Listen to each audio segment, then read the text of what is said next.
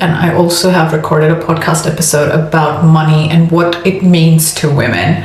I know there's a lot of people who want to separate love from money, and keeping score of money is just like living with a roommate. That's not a marriage, that's not a love type situation. And I get what they're trying to say, but what I don't understand is, why are we all so hell-bent on romanticizing the idea of letting go of your financial safety and security so damn much just in the name of love and trust? Having separate bank accounts is a must if both of the parties are earning individually. And also in a stay-at-home mom situation, there are things in place that you can put so that you are financially at least a little bit secured, because all of that labor that you're providing at home also amounts to money. If somebody were to hire a cook, a cleaner, a full-time house help, it's going to cost money.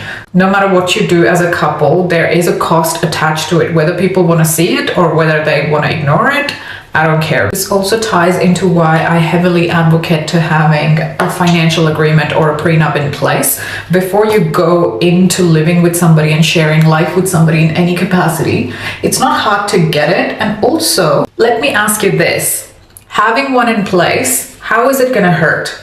How is it actually tangibly, realistically going to hurt, other than hurt somebody's ego as to why you don't blindly trust them? Or how does it have actual harm? Somebody might want to throw it back in your face and say, you're only doing this because you want to have one foot out the door. Yes, I want to have an exit plan. Shit can go down any second. I can't control how the other person behaves. I can't control what happens to the other person.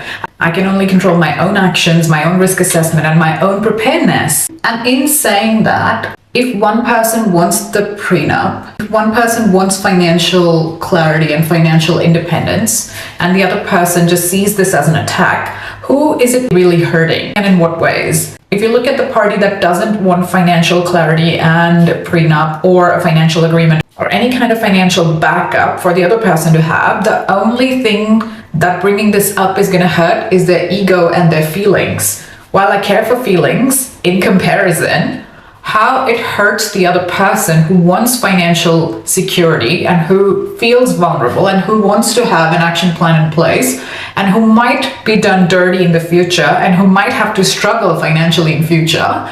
That's actual tangible hurt, an actual tangible loss, and an actual tangible risk that they have to be worried about. So if they want to be prepared about it, how is that bad? And also, people tend to forget that having a financial agreement in place is meant to address both the parties. It doesn't just unilaterally happen. It happens after both the parties consult, after both the parties come to an agreement, and both the parties decide on what seems fair and what doesn't seem fair. The other person, mostly men, if they don't seem to be willing to want to discuss this, or they don't find it useful, that automatically is a red flag. Because how are you not aware of situations that women get put into day in and day out where they are not financially independent and where they're done dirty a lot of the times? It could happen to a man too. So then why do you not want to prepare yourself, and why do you not want to save yourself? Women especially are gaslit into thinking that in order to demonstrate that they're dedicated, that they're loyal, and that they trust you, they must put their own security and life and future at risk.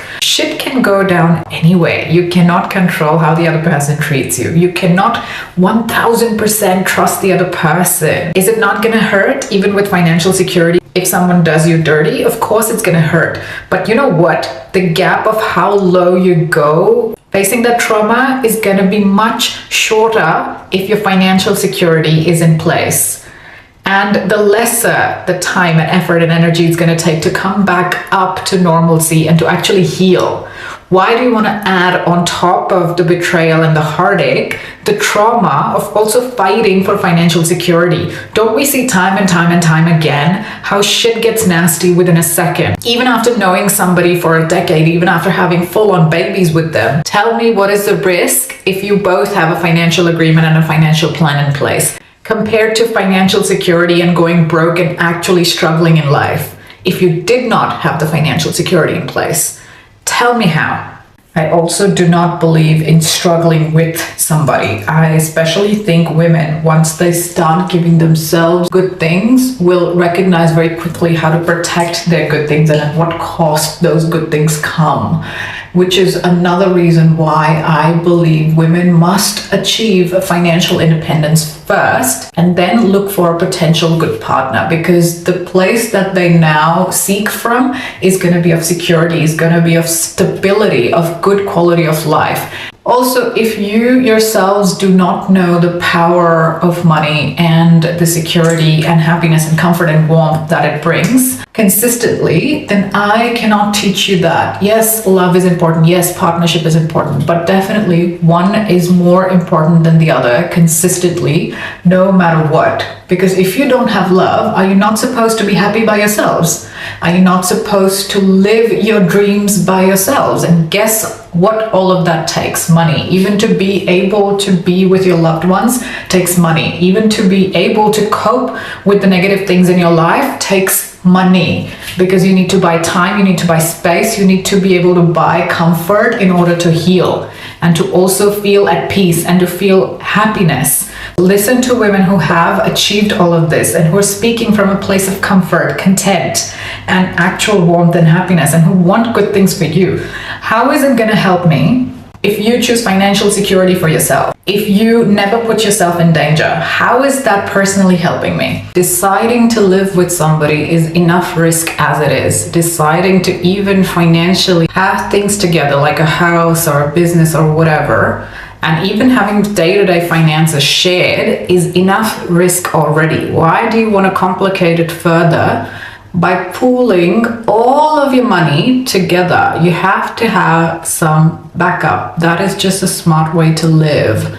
And if you don't see the need for it, guess what? If shit goes down, and God forbid you do get in a bad situation, it's nobody else's headache to bear, but just yours. Risk assessment is a smart thing to do, and it's respectful on both parties.